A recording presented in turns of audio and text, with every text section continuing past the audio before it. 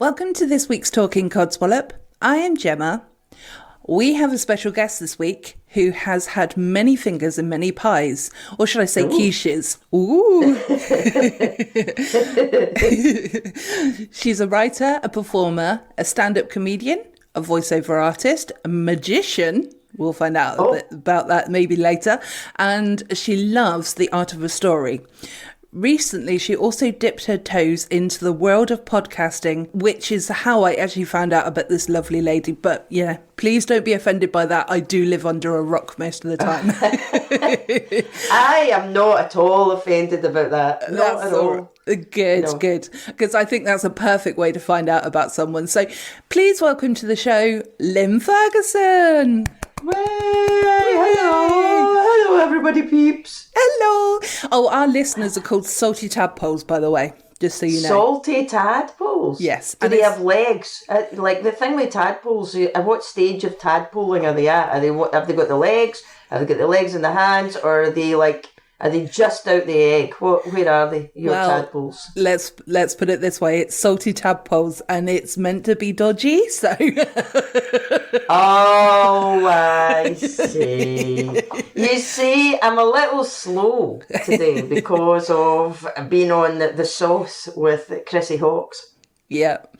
Well, don't worry. I'm happy to always spell anything out like that. So yeah,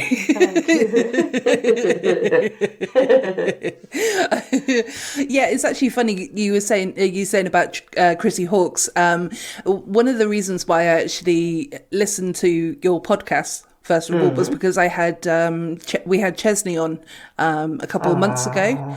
Yeah, so I wanted to, like, my colleague James, co-host James, who said he's very sad that he can't be here today, but he's got work commitments. So he looked at it from the the olden days kind of, like his background. Yeah. And then I was like, I'm just going to have a listen to the podcasts. And that's when I was like, I started listening for Chesney Hawkes, and then I fell in love with the Lynn Ferguson. So that's because in the podcast I talk all the time. We have a joke. Well, we've finished recording that podcast actually. Yeah. But we had a joke in the podcast, which was that Chesney was adorable, Neil lived under the stairs, and I just talk all the time, which is what happens in the podcast. So I'm glad you liked it. Yeah, absolutely. I really did. I have got a question about it as well. So maybe we'll jump into that one now. I've got a few questions, but for the most part, this is just going to be a good old natter. So okay. Yeah, we don't have to do anything professional. Actually, what? Before I jump into it, let's get our codswallops off our chest, because we always like to open the show with something that's annoyed us. So would you like me to go first? Sure, you go first. Okay, no problem.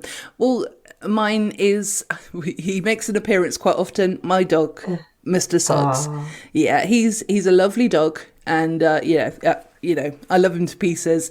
But yes, he decided, I took him out for a walk, and obviously responsible dog owner, you have to pick up their doo-doos, or pick up their shit, or codswallop. But yeah, he actually decided that it was a nice rocky area that he wanted to do his nice poo on top of the rocks, and it was a bit of a runny one. I know it's a bit graphic and it's a bit horrible, but I was like, seriously, dog, why, of all the places, why couldn't you have gone on the ground instead of, I know, I feel if dogs are going to do that, then they should let you know so that you could just put a bag straight under their butt, and then it would solve all the problem. You can just go like that. Yeah, exactly. So he's my codswallop in that sense, and also trying to give him medication because he's got a bit of arthritis now because he's getting a bit older. Yeah, he's all right. Basically, he's a Labrador crossed with a collie. So the Labrador in him really wants to play. And is the slow version, but then the collie version wants to play all the time. So he wants to round up sheep. Or the lawnmower the other day as well. So trying to give him tablets. We found he was hiding one. He'd actually put his paw on top of one. That's impressive. It is, yeah. So we all thought that we were successful getting him to, with a lovely bit of sausage, but no. And who doesn't enjoy a lovely bit of sausage, to be fair? Let's face it.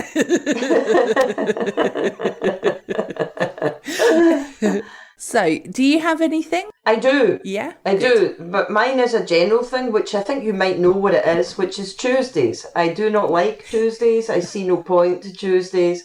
If something bad is going to happen to you, it'll happen on a Tuesday.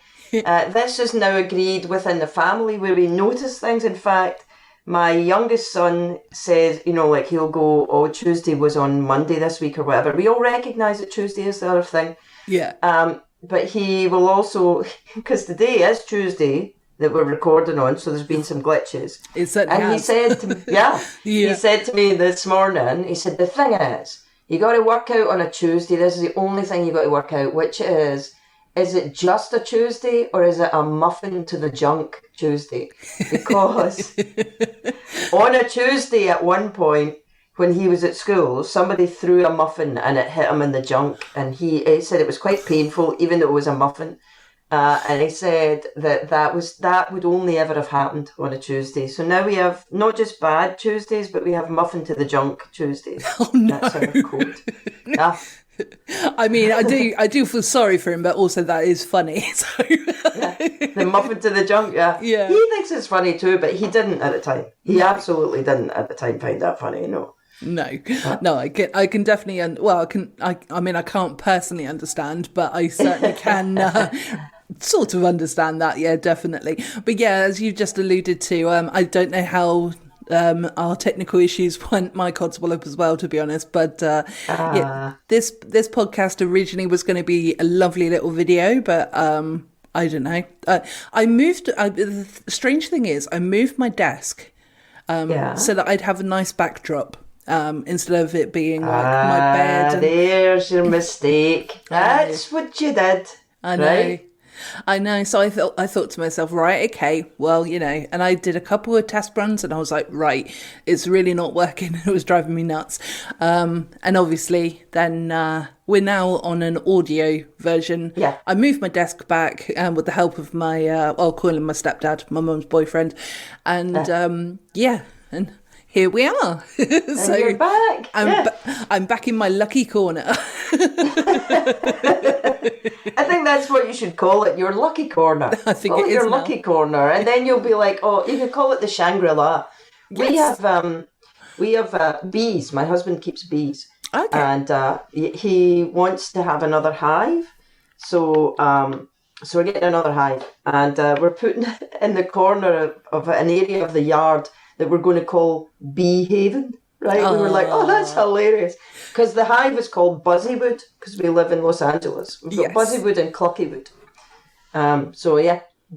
Bee Haven for the corner. I'm a big fan on taking completely indistinct areas and giving them a name for no other reason than to entertain myself. And why not? Let's face it. So Lucky Corner, I think Lucky Corner could be the right thing for you. You could be having the Lucky Corner. Yep. Right? Well, there we go. We'll see. We'll see how it happens. I'll let you know. But so and also with regards to like moving to LA, what was the sort of deciding factor between because obviously originally, I think most people can probably tell you're Scottish. So, there's no hiding it there. There's no pretend. I got a job, actually. I got a job on the Late Late Show as a writer. Oh, yeah. And we were living in London. My eldest son was 6 and my youngest one was like 18 months. And we just were like, screw it, let's do it. So we did. Yeah. With the idea of coming for...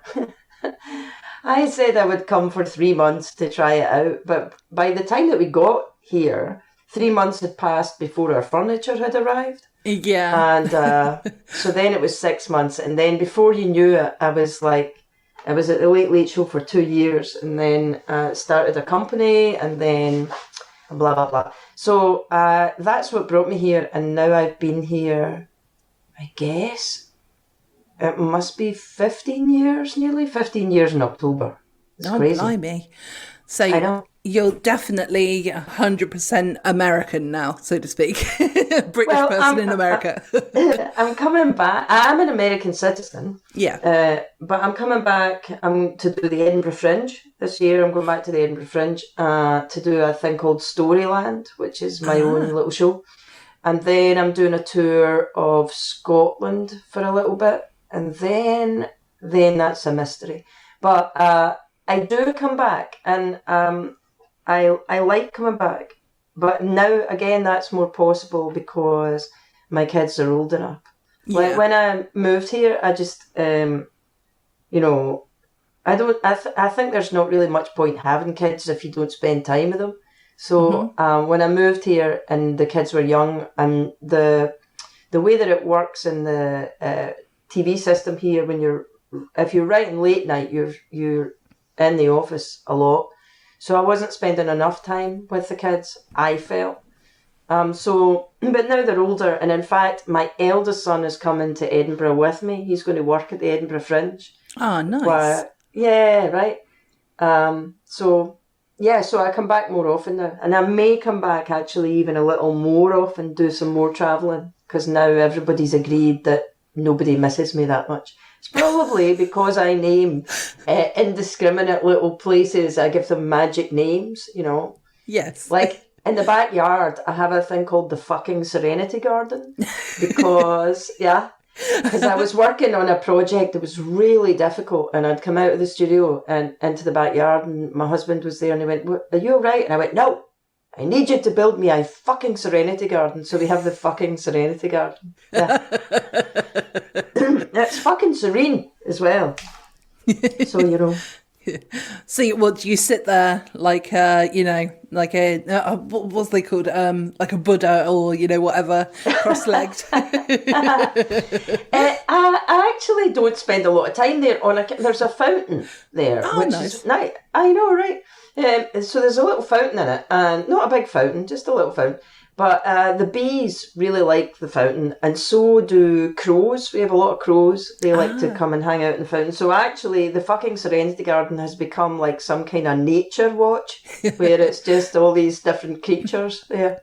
You'll find as well, I've heard this anyway, I'm not sure if it's 100% true, but the crows are probably there because of the chickens as well, because they tend to protect the chickens, I believe. Yeah, they are. I like crows. I know that they're not everybody's best friend, but I like the look of them. I think that they're so smart. But we have, out the front of the house, there are these trees that are, it's so American actually. They're called live oaks, and they were here before the house was built, I think. Okay. And so they're like 100 foot tall or something. They're massive. Like they're real. If you tried to hug one of the trees, you wouldn't be able to get your arms around it. That's how big the trunk is. Oh, blimey. And so the crows, it's Disneyland for crow and squirrel up there. So we kind of knew by living here that we would end up with quite a lot of wildlife anyway, but the crows are very fond of here generally, which is good because I like them, apart from when they dump trash. I don't like that they do that. No. And where I'm from, because I'm actually from Weymouth in Dorset. Lovely. Yeah. Combine harvester and all that. It's such a nice part of the world, though. It's a beautiful place, isn't it? It is, yeah, and I'm right by the seaside as well, so the picturesque parts are nice, but it can be a bit sleepy for my liking at times, but, that's the only thing. And not that I'm really, I'm not the kind of person that goes out on a night out or anything like that, but, so it's still, it's quite... Yeah, I don't know. Quiet. It's not a lot going on. Yeah. I like that sort of stuff, though. That's like people laugh at me because even though I live in LA, I do not really like everybody comes here, right? Because we have this crazy place where there's lots of insignificant little corners with funny names on them, and but I think there's something very beautiful about being able to be in a quiet space. I enjoy. I think I'm jealous of you. Actually, I'm like, oh, it'd be nice to be in Weymouth. Well, when you come over to the UK next, you can come round for a lovely cup of tea. How's that sound? Thanks. Get the kettle on. Get the kettle on for me. Yeah. I mean, you can have a coffee as well if you wish, or a soft drink, But, thanks very much. I'll stick to the soft drink unless I'm with Chrissy Hawkes, in which case we'll be on the rosé. I might even get you on the rosé. So obviously we were talking about the podcast. So obviously you've had actually 2 podcasts, but they kind of interlinked and became one, which we're all a bit mental. I think I got that one right. And Ferguson Harrington Hawkes podcast. I was just wondering, why initially did you change the name of the podcast? And also, I was sad to hear it was ended. But it was also a big thank you for actually saying goodbye and not just disappearing, which, some people actually do. So that's, I found that really nice that you guys did that. So we had a really, really, really good experience doing it. I came on board last with We're All a Bit Mental because Chesney had called me up and he was like, hey, I'm doing this podcast with Brandon Block was doing it at the time and Neil Harrington. And I've said we need a girl. And I'm like, are you calling me a token woman? And he was like, no. Scared. So then I got involved with that. And then we recorded that through the pandemic, which everybody through the pandemic was a bit mental. Then we were all struggling. And so it was kind of an open acknowledgement that we were all struggling to work things through. So we did that. And then Brandon left and also we changed in the sense that after the pandemic, I feel like, even still, I think looking back, we look back on 2020 and go, God, did that happen? Was that a real thing? Did we even do that?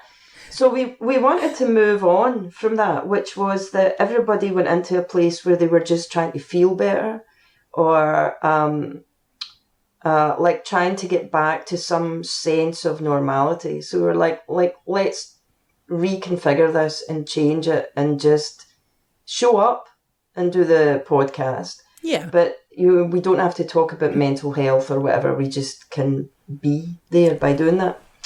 And then we finished because we got to a stage where, again, that was sort of me, where I really enjoyed doing it, but I didn't know what... whenever I'm working on something, I like to know why I'm doing it. And we got to a point where I wasn't entirely sure why. Yeah. And so then I said, I think I'm going to bow out for it. Because we'd done it live at the Edinburgh Fringe and everything. We'd done a lot of things, And poor Neil, he had come on as the producer and then he ended up being a co-host. And he was like, this was not my intention. And we're like, just do it. And so...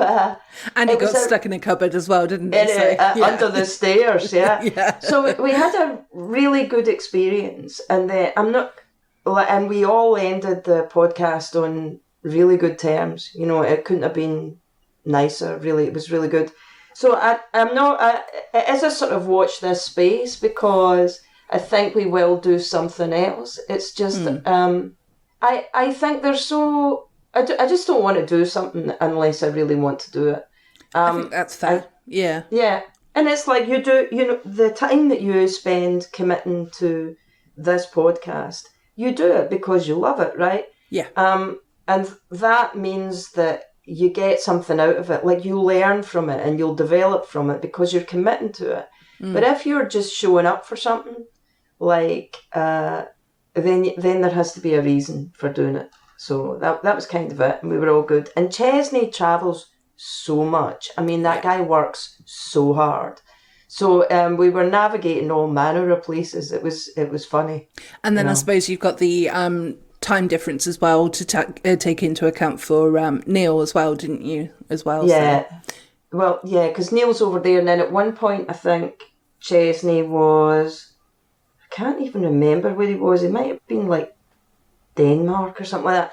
So there was like another, like when he travelled, there was always the time difference between me and Neil, which was 8 hours. Mm-hmm. But then if he was on the East Coast, as in Chesney, then it would be 3 different hours between here and there. And then we also had guests, and the guests were calling in from all manner of places. Like we had people from Bogota and stuff like that. It was all getting a little out of hand. So, but the beauty with the podcast. Oh, sorry, I didn't mean to cut you off there. No, you didn't at all. No, good. The beauty with the podcast is, though, that, well, I mean, firstly, the content is all there, so you can, people can go back and listen to it anytime they want. So that's a good thing. Yeah. But also you can just pick it up again whenever, like if you decide that you like, what, I fancy doing it, and just a monthly thing or whatever. I mean, obviously if you don't, then you don't. But yeah, it's something, I mean, with regards to this one, I try to keep it once a week. But our listeners, again, the salty tadpoles, they know that like I've got a busy June coming up. With my with my work and stuff. So, it may be that it's every 2 weeks rather than every week. But, I try to always make sure there's content every week. But that's because this is my baby. Do you know what I mean? It's my real... Totally. Yeah, exactly. Totally. So, well, we've jumped all over the place, which that's is good. very common for me. So I was looking through your IMDb and your it's sort of like Wikipedia. So I don't know how true either of those are. If you I never look at them. There could be anything there. So like I need to check them probably at some point because anybody could be writing anything and I wouldn't know. That's no invitation, by the way. No, definitely don't. But it looks like you've done so much stuff. And, like, from like being a performer on the bill. I'd forgotten about that. Yeah, I did. I just had a baby at the time as well. God, that was intense. I played this woman... what was it? Was it Brenda? I can't even remember her name now. But I played this woman who was a prostitute, as not your upper class prostitute. Yeah. which I've got a story about in a minute, actually. Okay. So I played this prostitute who was attacked by a serial rapist and killer and whatever. So it was like a little intense because it was all, there was the tell us what happened thing. Yeah. So and these scenes are quite hard because they're like big long speeches, right? Which you don't really think about unless you're doing it. Because if you're like turning up in something and you're just like a guest in a sitcom or something, you've got dialogue and you're generally not driving the scene. You are there to there to kind of picture frame it. So like you're there to make it look better for the main character, right? To show you more about the main character's thing. It's not really all about you. However, if you do something like that where you're doing a victim or whatever, you only really do one scene generally, but that scene will be a doozy. There'll be like a lot of work in it, and there are loads of things to say because you're basically saying the story of you. Yeah. So, and I just had a baby at the time, so I wasn't sleeping. So I did that, and then I came back and did it again because I think the next time I was he'd got me again, and I was tied to a chair, and it was a lot of. It's vague in the fact that I was like very much in that. My baby's getting me up. At 3 o'clock in the morning time, and it was my youngest too, and my youngest is like I used to trying to put him to bed was like trying to defuse a hand grenade. It was just he was like the most intense kid ever. You're like, please sleep. He's like, no, I'm never sleeping, never, and neither are you. We are never sleeping ever again. Oh, it's brilliant. That's such a brilliant impression of what a baby's like. I tell you, if they weren't cute, they would be trouble because they're like, miniature drunks. That's what babies are. They're miniature belligerent drunks where they're just like, yes, let's do this. yes, let's put my fingers in the plug hole. It's going to be fine. You know. I am going to ram my finger in my ear or whatever, or my eye. Yeah. Totally. Totally. Miniature drunks, they really are.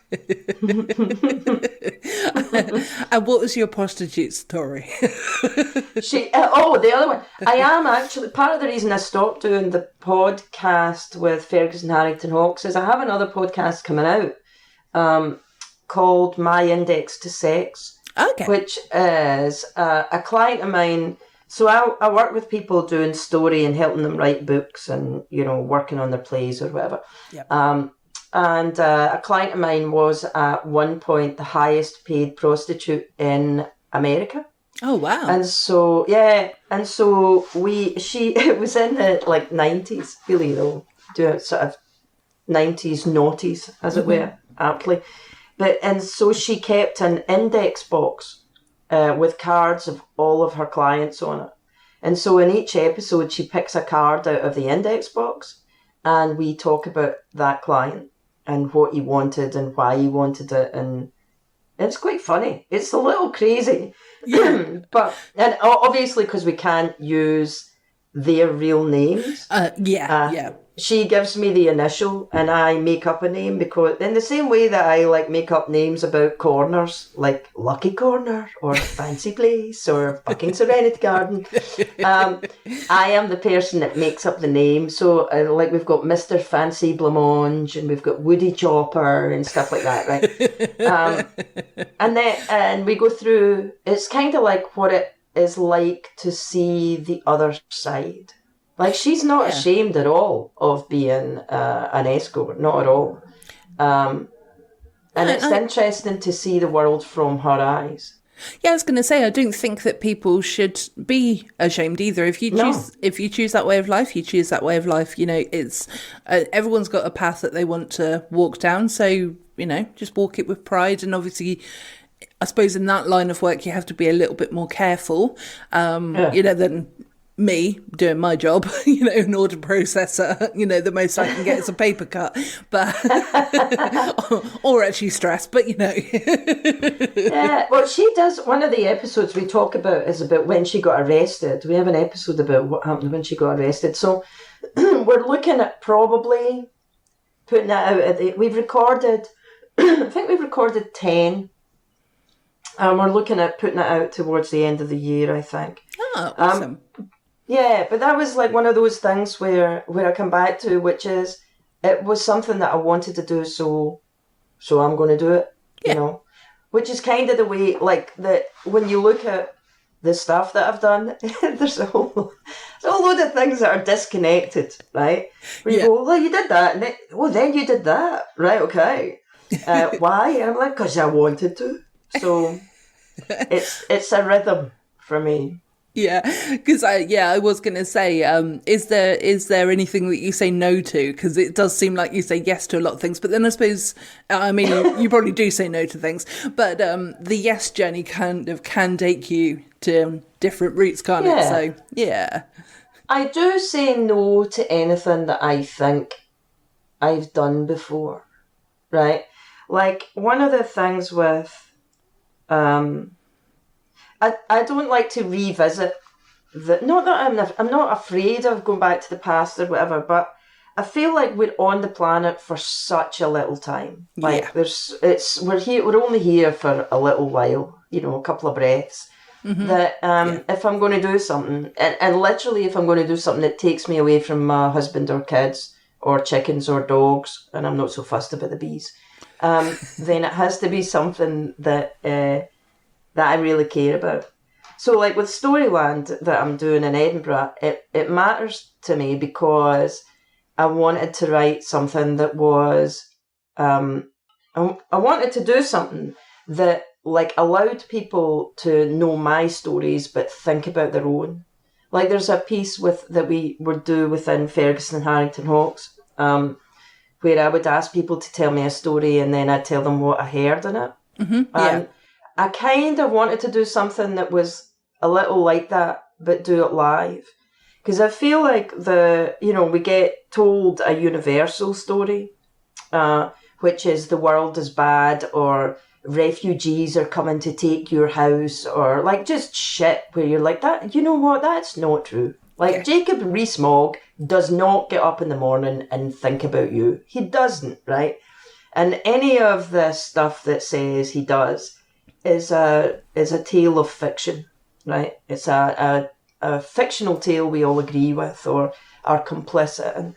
So I wanted to do something where I could tell true stories about myself, actual, real, genuine things, perfect and imperfect, right, as a human, but do it in a way that would ask people to consider their own stories and how much worth they have. Because I think the greatest thing, the thing that annoys me most, maybe this could have been my codswallop, is that I believe that too many people believe that they are meaningless, that their contribution means nothing, that they are insignificant. And I don't agree with that. I don't agree with that. I think it's a lie. And I wanted to do a show that kind of opened that up as a place of perspective, if that makes sense. Yeah. So like Storyland takes me away from here and my dog and my chickens and my whatever. But I'm doing it because I believe there is a reason to do it. I believe that it matters. So I do a similar thing, actually. I'm on a bit of a rant. But you're fine. This podcast is all about you, so, you carry on. I mean, let me talk occasionally, but... Well, I don't know. Not unless you do, like, you have interesting corners, like Lucky Corner and Behaving. I do this thing. Another thing that I started, and this was part of the thing with why I was ready for Ferguson Huntington Hawk's Day End, really, is I recognised, like Chesney and I have been talking about this for a while, that I recognised that I thought that the biggest epidemic that the world is dealing with is loneliness, that people feel isolated. Even within groups of people, they feel isolated. And I don't know whether it's a hangover from the scary stuff that happened 2020 and everything, or it's just that when you tell people often enough that they don't matter, then they no longer connect. So I started this thing called Notes from the Valley. Okay.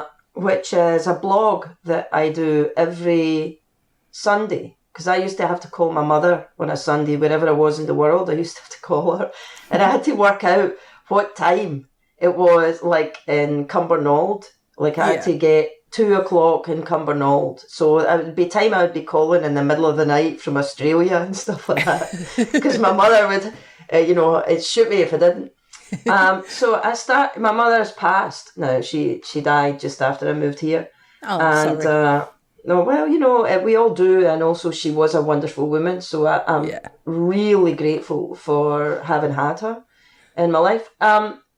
But just quickly, I was going to say maybe she's rocking up there with my dad at the moment because he's up there as well. So or he might be down there. We're not sure. No, he would be. Or he might be right beside you all the time, whispering in your ear. You never can tell. Yeah, exactly. He probably will be. Yeah. Get away. No, so I do this. The Notes from the Valley is an email that is sent out that would hit 2:00 in Cumbernauld every Sunday. So instead of calling my mother, I send a letter out into the universe. Oh, that's lovely. Yeah, well, just about like what it's like here or what's happening, and people write back, and like now what's really beautiful is like there are, it's not big numbers, but like there are 600 people who read that blog every Sunday. Like 600 people who start, like, open it up and have a think about what it says. And that matters because I feel, not that it's like they need to read my stuff, we've got other stuff to read. But the point is about we connect. Yes. That there is a ritual every Sunday that this happens, right? And hopefully what it means is that they do their own rituals with people they like better than me. and then it moves on. So like, that's what I mean. That's what the kind of stuff that I work on. And when I work on something, it's because I have that thing where I go, God, this is a really good script, or this would be a good idea, or I just want to do this because I want to. That's what kind of drives everything, which is why if you look at my work, you're like, what the hell? Do you know what I mean? Yeah. But no, honestly, I mean, it was fascinating watch, because I was like, reading, sorry, in a way, because I mean, I didn't do a deep dive because I like to just do sort of a on the surface kind of, look at things, because I think that the conversation is actually more interesting if you don't know stuff, you know what I mean? Totally. Not loads of stuff anyway. But so, seeing all these different things, I was like, oh my God, I know that, I know that. I know, it's random. It's like if you put my career, right, if you were drawing it out, is like if you put paint on your dog's paws and got him to run across the kitchen, right? That's what the map of my career is. You're like, you went, okay, you went there. There isn't any sense to it at all. But have you had fun doing it? Yeah. Oh, really? Yeah. Not everything. I loved everything. Sometimes it's like everything in life. Sometimes you go into a project and you're like, yeah. This is. And even with Notes from the Valley, I'm not going to lie, like putting out a blog every week so that it hits 2:00 in Cumbernauld on a Sunday is graft, because it's not my, like I have other projects that I'm on and other things that I'm doing. And so some weeks it's not, I don't go, I don't just sneeze a blog, which would be lovely. But then other weeks it feels brilliant, and I actually have quite a lot of bloggers that I work with, like I teach them how to blog. And one of the things that I say to them is, because you have a couple of weeks where you go, God, I hate this, doesn't mean that you hate the whole task. Yeah. It's like you have ups and downs with it. I mean, you must get it when you're doing the podcast sometimes, where you're like, oh my God, why? Yes. Like today, now, probably. I mean, not now, but earlier today. It's a good job I used my Sure deodorant. That's all I can say. No. So, just as you're a writer, I wanted to know what your opinion was on the current writers' strike that's happening. And what you think of all that's going on, basically. So I'm totally for it. I should be out on a picket line myself, and I'm not actually, just because I've got commitments and other things. I'm totally for it. What they are asking for matters. It really, really matters. And even if it feels like it's not connected to you, it is, right? Because basically what it's to do with is it's the streaming services and the studios think that basically they're thinking that AI will be able to do that job, which it won't. Although AI itself I'm really excited about. Like, I'm already thinking of how to use it in my own project, so I'm not against it. Yeah. But there has been a constant and consistent devaluing of writers over a long period of time by studios, and actually they have to stand up for themselves now. This one's really important. And I think SAG are going to come out as well to support it. I'm totally for it. If they got what they're asking for, this is part of the thing about understanding what's going on here and how greedy shit is. If they got what they're asking for, I think it is something like 0.01 of the profits it would affect in the is it Amazon? It might even be, it's 0.01 for them. They're talking about a difference or a deficit for them, but it's to do with, it's a power game about writers don't mean anything. We are the contributors, and that's been going on for a long time. You know that thing when sometimes you watch shows and you're like, I'm sure I've seen this show before, but with different people, right? Yes, yeah. That it's so formatted that like there's always a detective and he's split up with his wife and his boss keeps giving him what for. And then he meets a lady who is way too young for him, actually, and probably wouldn't be interested in him, but she is interested in him. And then maybe sometimes they go and they solve these crimes that nobody else can solve, right? Like, there are set structures, but there are some times when you watch a show and you go, do they even care that we are watching this? That's what happens when executives run things, because they're not writers, they're money people. Yeah. So it is really important that this works for the writers. It really is. Yeah, and also, like you see the things. I mean, I haven't looked into it loads, but yeah, it's kind of like you see the sort of the comedians and the TV show hosts and stuff like that, and and they're the fact that they can't do their program at the moment because the writers are on strike. It shows Totally. how much they are needed, because if not, people can't go on. And also, like, so I've written over in the UK, and the way that it tends to work in the UK, not for everybody, and obviously, my experience of working there has been minimal in the past 15 years because I'm over here. Mm-hmm. But it tends to be like, so I wrote a sitcom for the BBC, and then that's on me. I write that, all of it, right? But then I'm only writing 6 episodes, and I'll probably get like a year and a half to do that, right? Yeah. So, like, when I was working at the Late Late Show, excuse me, we're doing 5 shows a week, and I think it was 48 weeks of the year. So we'd go in the morning at 9 a.m, and what we wrote and worked on would be recorded at 5 p.m, right? So, like, that stuff is every day coming up with things. And for people who are doing series and refillables and all that here, a series and a sitcom here is 26 episodes or 22, and that'll be delivered in a season. So you don't get a year and a half to write it on your own. And so that's why they have groups of them. They'll have a showrunner, like, kind of sorting out where things are going, and what the arc of the series is. But then you'll have all these other writers like building up the scripts and writing them. It really is a very intense job, right? Yeah. And when you're with writers here, like TV writers, you'll see them some parts of the year, and then other parts of the year you won't see them at all because they're, nose against this grain or whatever.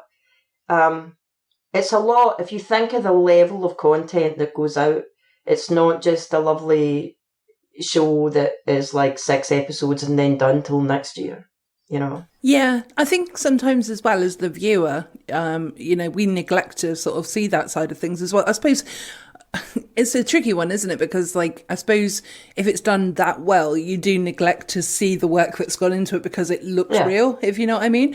But totally. yeah, but at the same time, you should sort of take a moment to think of all of those people, even down to the people running around with sandwiches or whatever, it's everyone's obviously got a part to play in productions and, whatnot. So, yeah, I think it is important to actually remember everyone and, let's give those writers some more money. Yeah. Well, also because it's the tip of the iceberg. If the writers are not given it's less about money and more about rights, to be honest. Yeah. If the writers have no rights, right, they're sort of in the level of the pecking order, they're quite high up. Mm-hmm. So that means if they don't get it, then everybody involved in that project is suffering. Everybody. So it isn't just about what the writers get, it is about the entertainment industry as a whole. And whether that is of value. And it's like, in terms of do you support it or not, the only question you ask yourself is, does it matter to you what products you see? Do you get anything out of watching TV or films or anything? Or are you happy to just get the same old shit over and over again? Because if you don't want the same old shit over and over again, then you should be supportive of the writers too. Yeah, because I don't want the same old shit unless it's good shit. Do you know what I mean? Yeah, but even that, like ice cream's lovely, but if you get it like for 10 years every meal, you'll go off it.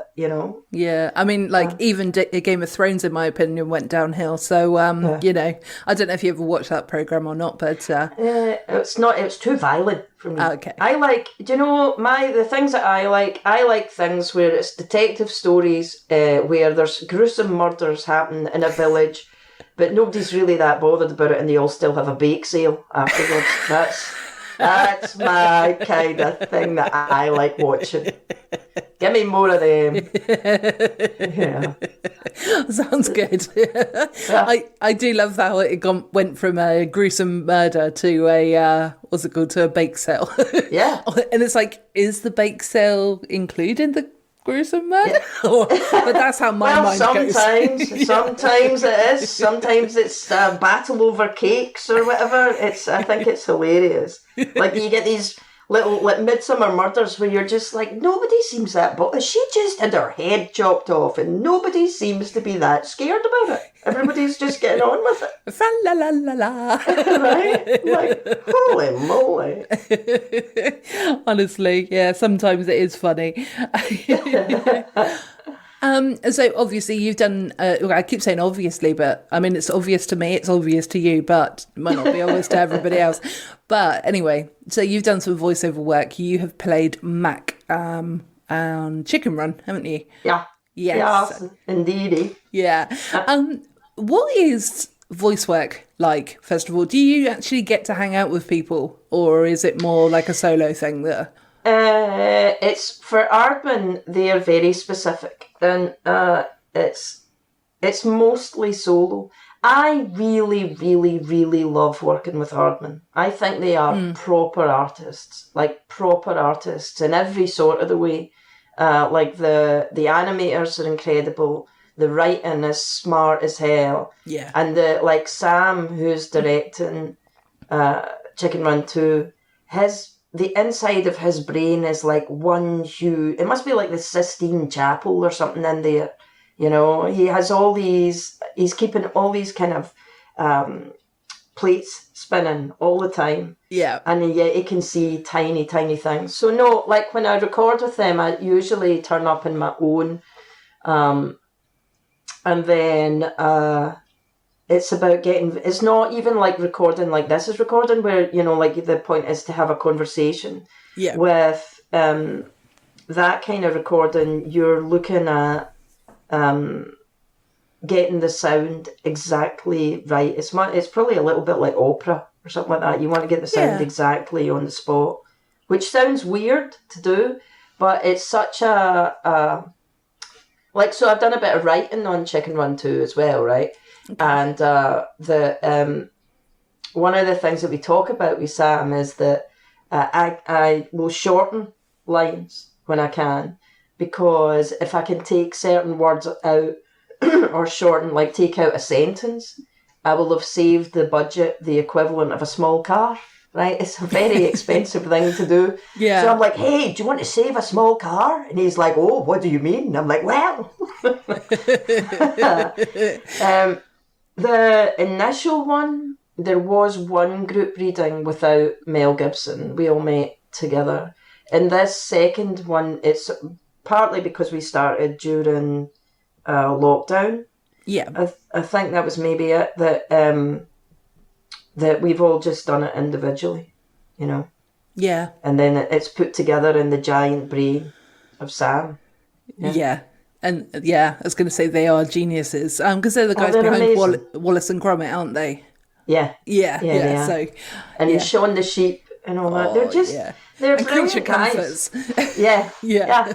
No, they're amazing. They're like proper. They're just properly good humans. Do you know what I mean? They're really like good humans. And sometimes there was Peter Lord came over. Oh God, I don't even remember when.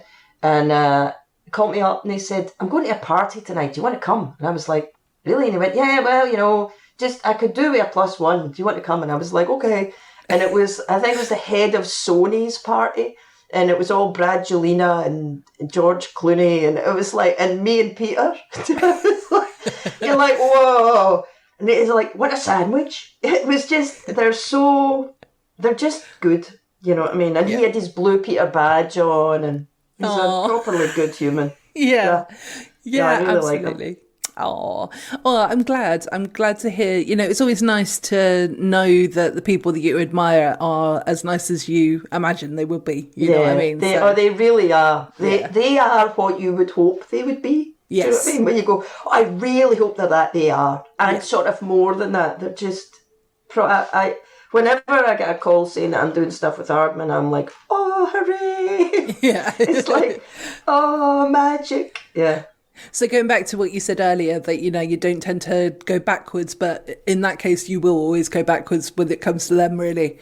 With Aardman, for sure. Yeah. Like, that's that thing where sometimes you do a project because you're doing a project, but other times it's like you're doing a project because the relationship you have with the other person is the thing that grows and is wonderful. Like, I will always work with Chesney. I adore him. Mm-hmm. And we are proper mates, right? So it's very likely that I'll work with Chesney, and it's, you know, I'm sure there'll be some similarities in what we've done before, because we're still the same set of arms and legs and thoughts and, you know, considerations.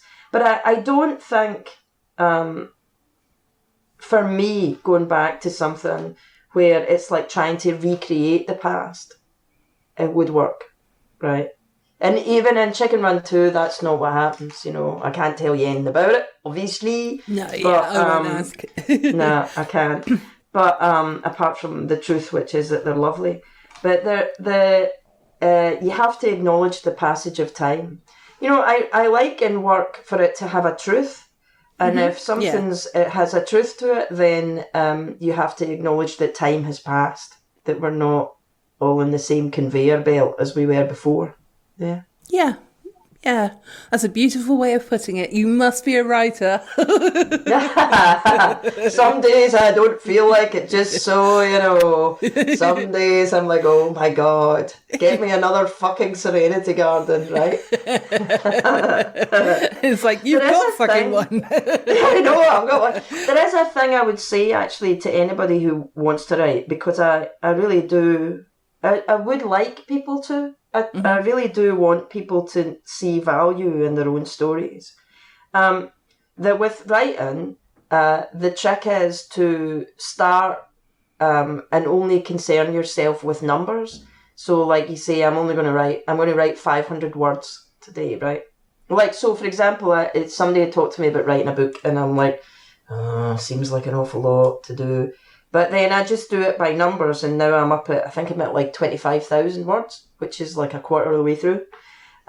So if you do it by number, if you say, like, I'm going to write 500 words 4 days a week, and then you don't edit it or criticize it for, like, say, 3 weeks, by the time that you've done that, you'll have got through that awful thing of, I would like to write something, but my teacher that I had when I was 8 told me that I was shit, and she might read this, and so I'm terrible. Like, you have to do it by numbers, and then you get through. But the other thing to understand about writing, and every time this happens, I go, God damn it, is there's always a point in every project where you go, I think this is the worst thing I've ever written, and I'm never going to write another thing. It's just before it actually changes into the next level. Yeah. But it's, if people knew that happened, I feel like more people would write, because then they go, oh, you mean I'm not really crap? No, you're really okay. You know, it's just you're in that phase of, this is all rubbish. I'm never going to do that. And Mrs. Dunbar told me I was a bad person, and I am a bad person, and she might read it. It's all that rubbish. Yeah, and I suppose also when you're the writer or the artist or whatever, because my mum's an artist, so wow. yeah, so very very talented as well. Really? But yeah, and obviously I'm on the creative side with regards to the podcast and stuff. But yeah. I was going to say it doesn't matter what kind of project you're on. If you are too close to the project, sometimes you can. Yeah. Like there's been episodes that I've put out that I've gone, oh, I really don't like this episode, but I'm going to put it out anyway. And then I get the feedback from people saying, oh my God, this was amazing. I'm like, what were you listening to? I know, it's totally that, right? But there are points where you just go, I'm an idiot, I'm never speaking again, right? Yeah. And I think that's the thing, because I went to drama school and I wish that they'd taught that at drama school, where they go, understand there'll be many points in your life where you'll think that you're the biggest asshole in the room.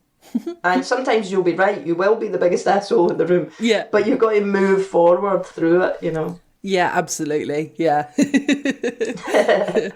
How are you doing on time, by the way? I am fine till 12:30, is that okay? What time is it now? 12:20. Okay, so we'll start wrapping it up then in that case. Yeah. It's fine. I was just there was a couple more questions that I wanted to ask. And would you mind talking about your experiences with your breast cancer, or do you rather not talk about that?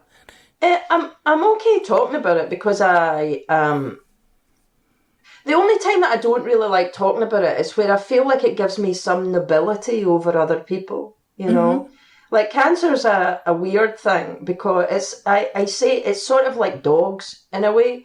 Like no two dogs are the same and no two cancers are the same. Yeah. But when you say cancer to people, they're like, holy shit, right? Yes. So it was a bit of a journey. I'm clear now, free and clear. But yeah, I just... I don't know. What would you like to ask? No, I was just, I was kind of thinking, with regards to, I suppose in a way your experience with it, but, let's actually just bypass it because we're having a good old giggle. Let's not take it down. So let's change as an edit. Right. No, that's fine. No, but I am pleased. I am pleased that, obviously you have, been, you fit. What? Oh my God! Why can't I say fighting? You've fought it well, is what I'm trying to say. Well, the unfortunate thing about cancer is that cancer doesn't care what your feelings are about it. So, that I think it's very hard on people when they're in the middle of it, when they feel like they've got to battle, right? When you just go, you know what, just accept it.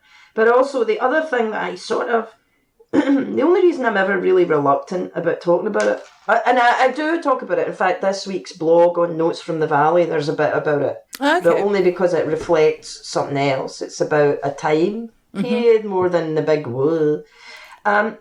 Is that people are struggling with really horrible diseases that don't... If somebody's got chronic diabetes, people don't go, oh my God. Right? Yeah. But if somebody's got a bit of cancer, people are like, oh my God. Or like a friend of mine came round recently and she has chronic ME. And that is a nasty, nasty, nasty, nasty disease. It really is, yeah. But when people, if she can't go somewhere or she's not well or whatever, and people say, why can't you go? And she says, oh, it's my ME. Nobody's going to go, oh my God. Whereas if she said, well, I'm fighting cancer, people would be like, oh my God. So the only reason I get weird about talking about cancer is because I don't celebrate it. I don't see it as being the king or queen of all illnesses. I suppose... Sorry, go on. Sorry. I was going to say was, did it sort of change you in any way as like a person, with regards to, that you wanted to sort of go for things a lot more or whatever? I think there's a thing that it definitely helped me in the way that I talk with my kids is honest, because I don't necessarily believe that before cancer, I went through this idea that the Grim Reaper would come for other people and it would be very sad, and I would struggle through. But that somehow, weirdly in my head, I thought that the Grim Reaper would never come for me. That he'd sort of be like, oh, you're going to be good. And then you get to a point where they're like, by the way, the Grim Reaper's here. And he's asking if you want to get on the big boat to the Scary Land. And you're like, whoa, I had no idea. So what it did was it made me recognise my mortality. Yeah. And in doing so, I think I probably didn't. I've never really been into pretense anyway, apart from, if you're acting and pretending to be a prostitute that's being chased by a scary guy, so one of these things. But it certainly, the way that we talk as a family is now much more honest. I work in our group of people, in our little pod of family, we work on us as individuals, as in I actually really like my kids as people. Like, not just because they're my kids. If they weren't my kids, I still would like them as people. Yeah. Because I've got to know them. Not because of the role that I take in their lives, but because I know them as people. And hopefully likewise. So that's what cancer did, where I was like, nothing's a given, really. But the only time that I don't really, not the only time, I am reluctant to speak about it as a thing, because everybody that's going through that cancer journey or who is related to somebody who's going through that cancer journey has their own individual experience. Yes. And there is no guarantee either way. So I was reluctant for people to join in my cancer journey, because I'm like, there's a fairly good chance you'll get one of your own, and don't base your happiness on what's happening with me, Yeah, no, that's fair. Yeah, absolutely. So the topic we weren't going to talk about, we've talked about quite well. There you go. That's it. That's the thing, isn't it? You can just naturally just talk about different things. So, and then sort of, there was two more, but I can always just leave it as one more. But I'm quite interested in your website, your company that you've got, which is youtellyours.com. And what's the initial idea behind it? And also, what would people expect to experience if they joined up? It's changed over time. There is a thing, actually. We're doing an offer on Udemy just now, so that I think this would be if people wanted to work on story with me, this would be the best way to go, I think, right now, because in the past I used to do groups of people take their stories, help them find stories, and then they deliver it to an audience here in LA. Or I would work with people individually to try and, like, I've worked with people coming out of cults, because well, just, we can all get, the thing with cults is we're all susceptible in one way or another, like everybody wants to belong. So I help them re-find their story, like work out who they are. But I tend now only to see people that are referred by other people that I've seen, right? Because it's quite deep work. But the You Tell Yours itself, my husband does You Tell Yours for Business, which is that often the problem in a workplace is not a sort of hard-edged one. It is that there's a story going on in that workplace that everybody can hear, but they can't quite agree what it is, right? Yeah. So, like, you go into a room and you're like, are they talking about me? Is this thing going on? And so he does these group things where people do story exercises. And actually, you find out that the person in the corner is dealing with their elderly mother and trying to get them into care. And really, they're not mad at you. They're really struggling with themselves. Like, it opens up the concept that everybody's running their own story at the same time. And sometimes you can walk into a room and think you've wandered into conflict, when really it's nothing to do with you at all, So that's the side that he deals with. But there's a company called Udemy, and they do teaching courses. Okay. And we put up, because I'm really committed to the idea that I want people to talk. I want them to be able to go, hey, stuff has happened to me. Yeah. That we put up a course, I can't even remember when it was, called Lift, which was about how to do public speaking, because people are afraid of public speaking and they shouldn't be. It's dead easy. So it basically tells you how to do it, and it's free. And so if you've got a speech to do, then you could go on and do Lift. And then we put up just recently another course, which is what I used to do in classes.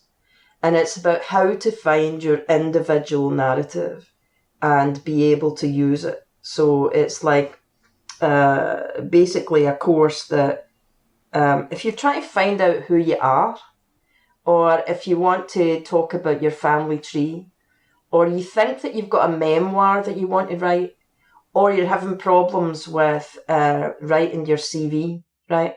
Or actually another thing I used to do a load of work on and then stopped because I got busy doing other things was a lot of the time people screw up job interviews, because they don't have a story about themselves, and when they talk they sound like they're lying. I know. Right? Yeah. Yes, I do. This course will help with that. It just helps you find your story, and then it's like a really good starter. So if people wanted to work with me, I would go to Udemy, which is Udemy, and do that course. And I think we got it on at like $14.99 or something like that, dollars. So it's nothing, right? Yeah. Because we reduced it, because I was like, until there, I'm not saying that life is easy for me, because it's not easy for anybody, but I am aware that in my life I've been incredibly lucky. And the nature of existence is that you're meant to hold a hand out to help others move up to. I really do believe that. Even with story, the point of story is that you leave a post-it note for the people who are yet to come, saying, I was here, this is what I know, right? That's why to tell a story. It's not so you can be famous or any of that shite, because that's all really boring. Well, it is, though. Fame I never really understood, because it means that people that you love and care about are afraid to tell you anything. Yeah, and people that you don't care about want to be your friend. It's a difficult place to be. Yeah, and I suppose you don't know who to trust either, do you? Obviously, outside of friends and immediate friends and family sort of thing, you don't know exactly who to trust and whatnot. So, well, if you look at Chesney, geez, man, I mean, he 19 years old and became a target for everybody's, vitriol. So the thing about doing the story is I would like people to understand that even if it's just to leave something, like you talked earlier on about your dad, right? Yeah. And one of my bloggers is about to publish letters that her dad wrote to her about his life. And it's a great getting. He was in Vietnam and, he grew up in the Midwest and all that. It's a very different lifestyle, and she is lucky that she has that information, right? Like, how wonderful would it be if you found a stack of things that your dad had written about what it was like when he was 7 or 27, right? So that's the point of doing story. It's about leaving things for other people. So hopefully that's what the course is. I can't even remember what it's called. But if you look me up on Udemy, you'll find it. And I'm sure we can... Yeah, what I'll do is on the podcast, the bio sort of thing, I'll put all the links in there. And obviously, if you've got any links that you want me to add, I'll just add them on there. That's no problem. I was just going to tell you a very, very quick fun story about my dad. Before he passed away, he said, he said many things, but he was he was Welsh, or he still is, in my opinion. He's still Welsh. He had a very cheeky charm. He always said that he was going to come back as an irritating fly. So anytime we see an irritating fly that's buzzing around our head, I'm like, all right, Dad, bugger off.